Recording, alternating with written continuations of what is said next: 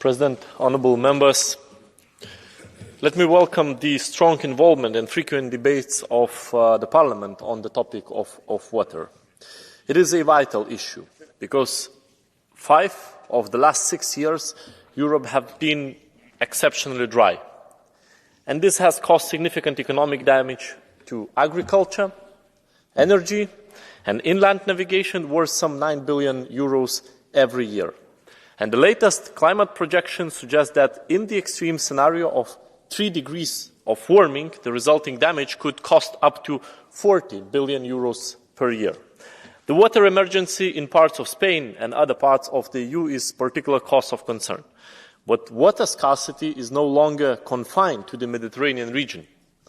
More and more regions of Europe, including even rainy regions like Flanders, now face similar problems. And this is new normal, includes prolonged droughts followed by devastating floods, sometimes in the same region. In the face of these changes, we need a different approach. We need to work towards a water-resilient Europe, a Europe better equipped to adapt to the water challenges of today and tomorrow, leaving no one behind. And this entails a systemic transformation of the way water is managed, used and valued, while always bearing in mind the need to protect nature and ecosystems.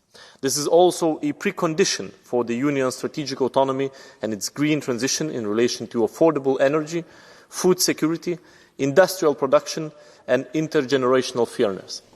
And this is one reason why, as announced by President von der Leyen, the Commission is putting forward a water resilience initiative in March. The initiative will combine a series of immediate actions with the launch of broad, transparent public debate that will involve EU institutions, member states and all relevant stakeholders such as local and regional authorities, the private sector, NGOs, academia and citizens at large. We know where additional action is needed. The EU has already delivered robust water legislation. If it were respected in full, many elements of the current crisis would be far less pressing. Better implementation of the EU acquis is therefore a top priority. A lot has been done under this mandate to spur further action, improving water quality and water ecosystems, and in particular throughout the biodiversity strategy and the zero pollution action plan. Today, too often we tend to address water scarcity and drought through ad hoc emergency measures. We need to move to more systemic advanced planning of drought risk reduction. Currently, only 14 member states have drawn up proper drought management plans, while droughts occur in every EU member state. In addition to better planning, we also need more accurate data. That is why the Commission founded the European Drought Observatory in 2009 to systematically collect data on water scarcity. And last November, the observatory published a pan-European drought risk atlas and a pan-European drought impact database. And these new databases map future drought risk and make predictions region by region. However, we need to do more. We need to realize that water quantity and water quality are 2 sides of the same coin. Success will depend on tackling head-on all the pressures faced by our vulnerable water resources. And that means tackling pollution at source. It means reducing the over-abstraction and over-allocation of water. It means safeguarding minimum ecological flows in our rivers, allowing them to provide the ecosystem services that we rely on.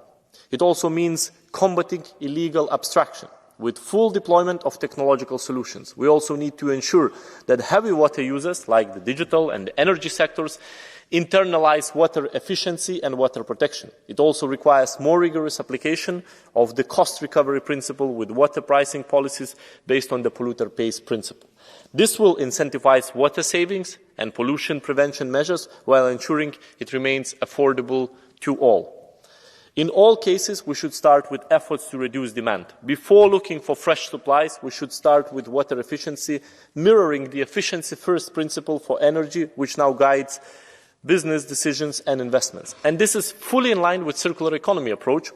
Our collective focus should begin with stimulating water efficiency and water reuse across the life cycle of processes and products. Leakages in drinking water supply systems must also be addressed.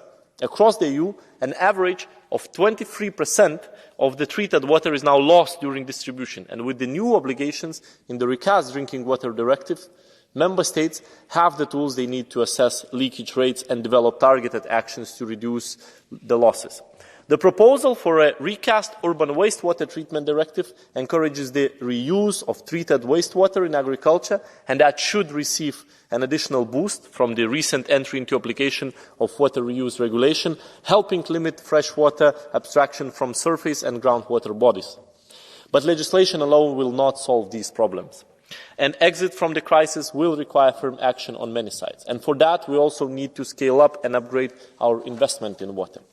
In the current financial period, the European Union has significantly increased its support to help co-fund water-related infrastructure through instruments like the ERDF and RRF, adapting to the likely scenario of future water scarcity is the smartest economic move.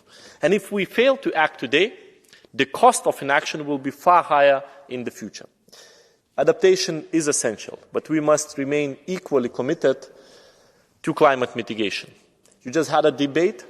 So today the Commission launched the dialogue to establish an interim 2040 climate target, setting the EU firmly on a path towards climate neutrality by 2050.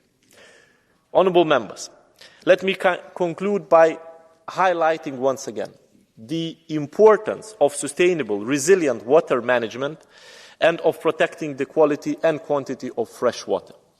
By increasing the resilience of our water system and the sectors that rely on it, we move away from crisis management and we move towards the proactive management of risks. And that's the best way to help our citizens today. That's the best way to help our farmers, and that's the best way to minimize the risk for the water-stressed citizens for tomorrow. Thank you. Thank you very much, dear Commissioner. Our next